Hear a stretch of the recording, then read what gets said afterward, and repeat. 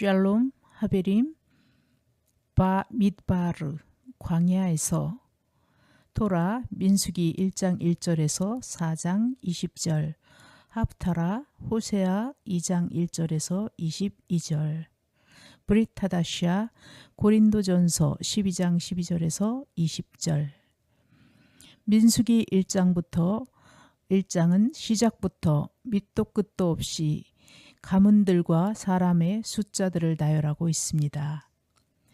오늘날의 인구조사와 비슷한 내용들이 민수기에 줄지어 기록되어 있는데요.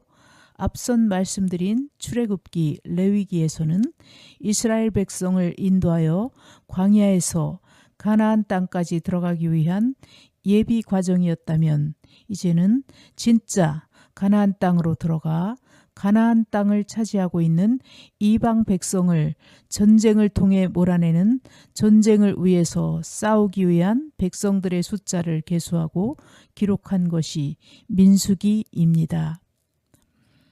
부대 편성을 하고 각 부대의 전열 위치와 행군의 순서를 정해준 것입니다. 해 뜨는 동쪽에는 유다 지파가 부대 편성을 하고 그 옆에는 이사갈 지파가 진을 치고 또 한쪽 옆에는 스불론 지파가 진을 친다.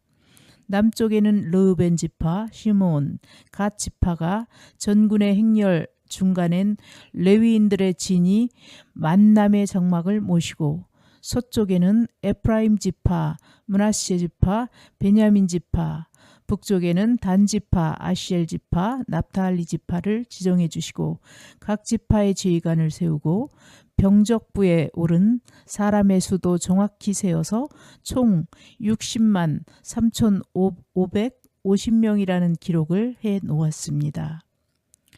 고대에 우리의 상상을 초월할 정도로 효율적이고 정확한 군 조직을 편성하여 이스라엘 백성들이 타 종족에게 공격을 받을 경우를 대비하게 하신 것을 보면서 다시 한번 아버지 야훼의 철저한 보호와 사랑을 느끼게 됩니다.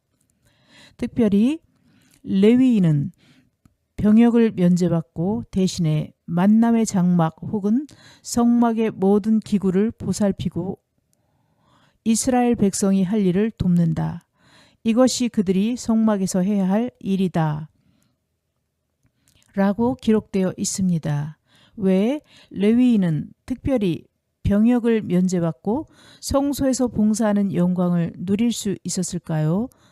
출애굽기 32장에서 일어난 금송아지 사건을 기억하시나요? 미드라시에 의하면 모든 사람들이 금송아지를 만들어 우상을 섬기고자 했을 때 유일하게 레위족만이 반대를 했답니다. 그래서 그때 군중들에 의해 많이 죽임을 당했기에 유독 레위족 사람들의 수가 적었답니다. 하나님께서는 그 일을 생각하시고 그 보상으로 레위인들을 하나님의 성막에서 봉사할 수 있는 영광스러운 직분을 허락하셨다는 설이 있습니다. 야훼 하나님은 당신께 충성한 사람들에게 보상해 주시는 분이심을 알 수 있습니다. 아론과 그의 아들들은 기름 부음을 받고 사제직을 맡게 됩니다. 이렇게 각자의 직분과 위치를 정해줍니다. 이것이 광야에서 필요에 의한 질서이고 조직이었던 것입니다. 호세아서에서는 주님의 택함을 받은 선지자 호세아가 하나님이 사랑한 이스라엘 백성의 악행, 음행을 보이기 위해 죄악의 여성과 결혼하는 내용을 담은 기록입니다. 그래서 시작부터 음행한 여성에 대한 분노, 징벌 등이 등장하고 야훼 하나님께서 얼마나 이스라엘 백성을 사랑하고 아끼시는지에 대한 내용이 등장합니다. 바알에게 향을 태워 올리며 귀걸이 목걸이로 몸을 단장하고 정부들을 따라 나서는 것들을 나 어찌 벌하지 않으랴. 야훼의 말씀이시다. 그러나 이제 나는 그를 꿰어내어 빈들로 나가 사랑을 속삭여 주리라. 거기에 포도원을 마련해주고 아골골짜기를 희망의 문으로 바꾸어 주리라. 그제야 내 사랑이 그 마음에 메아리 치리라. 이집트에서 나오던 때 한창 피어나던 시절같이 그날이 오면 너는 나를 주인이라 부르지 아니하고 낭군이라 부르리라. 야훼의 말씀이시다. 바알이란 말을 그의 입에서 씻어버려 다시는 그 이름을 부르지 못하게 하리라. 그날 나는 이스라엘을 해치지 못하도록 들짐승과 공중의 새와 밭의 해충에게 다짐을 받고 활이나 칼 같은 무기를 이 땅에서 부수어 이스라엘이 다리 뻗고 자게 하리라. 너와 나는 약혼한 사이, 우리 사이는 영원히 변할 수 없다. 나의 약혼 선물은 정의와 공평, 한결같은 사랑과 뜨거운 애정이다. 진실도 나의 약혼 선물이다. 이것을 받고 나 야훼의 마음을 알아다오. 호세아 2장 15절에서 22절 말씀입니다. 참으로 처절하리 많지 애절한 사랑임이 느껴지시나요?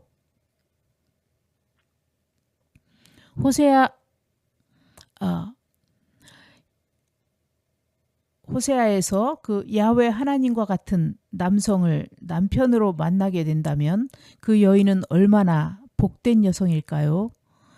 그런데 이스라엘에 대한 하나님의 사랑이 그렇다고 말씀하고 계신 것입니다. 이것은 비단 이스라엘에게만 한정된 것은 아닐 것입니다.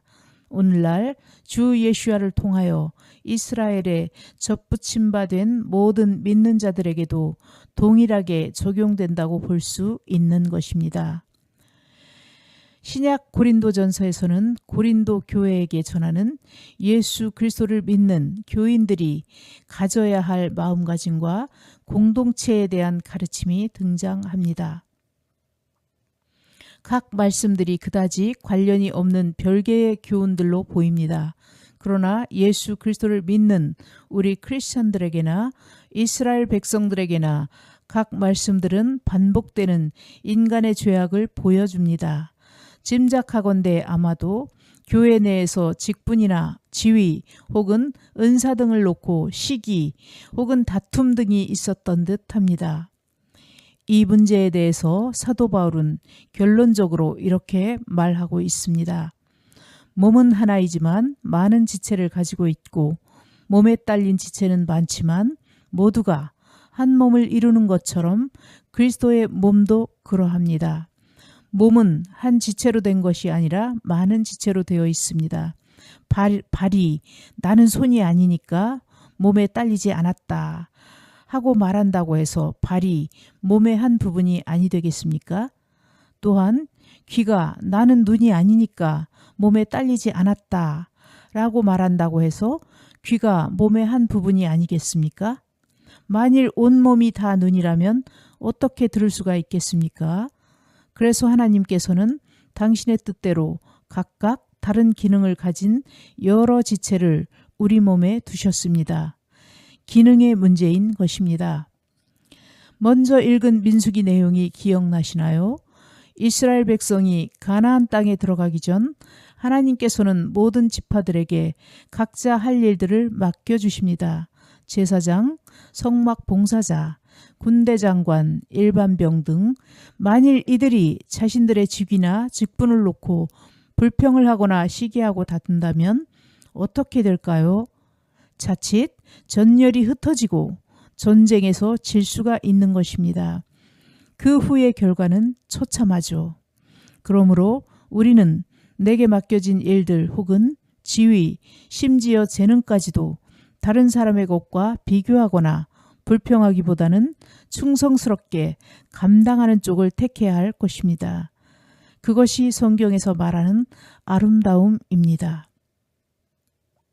민수기의 배경은 본래 떠돌아다니며 가축, 짐승들과 함께하며 나그네 속된 말로 거지처럼 살아가는 이스라엘 백성을 택하여 가나안 땅으로 이끄심입니다. 거지라는 표현은 당시 고대 이스라엘인들이 실제로 들었을 법한 비하와 멸칭입니다. 고대 이스라엘 백성들이 활동하던 중동 세계에서 가장 발전되고 선진된 문명을 이룬 국가는 메소포타미아 지방과 이집트 지방입니다. 그들의 땅은 풍족한 물과 농사가 가능한 땅을 바탕으로 안정되고 정착된 정주 문명을 이루게 됩니다. 전 지구 최초로 문명이 발달한 국가로 발돋움한 것이지요. 그런 그들의 입장에서 보면 이스라엘 백성들은 물도 없이 사막과 광야를 떠돌아다니는 천민 혹은 그 이하의 무언가로 보였을 것입니다. 야곱과 요셉의 시대에 이집트에 들어가 어느 정도 괜찮은 삶이 시작되지만 결국 시대가 지남에 따라 차별받고 박해받는 백성이 된 이스라엘은 주님의 인도하심으로 농사가 가능한 가나안 땅을 차지하고 과거 떠돌아다니던 유목민에서 정주 문명을 가진 민족으로 변화합니다. 수도 적고 힘도 약한 이스라엘 백성이 강한 가나안의 이방 민족들을 몰아내고 땅을 차지한 것은 하나님의 도우심과 은총 덕분이었습니다.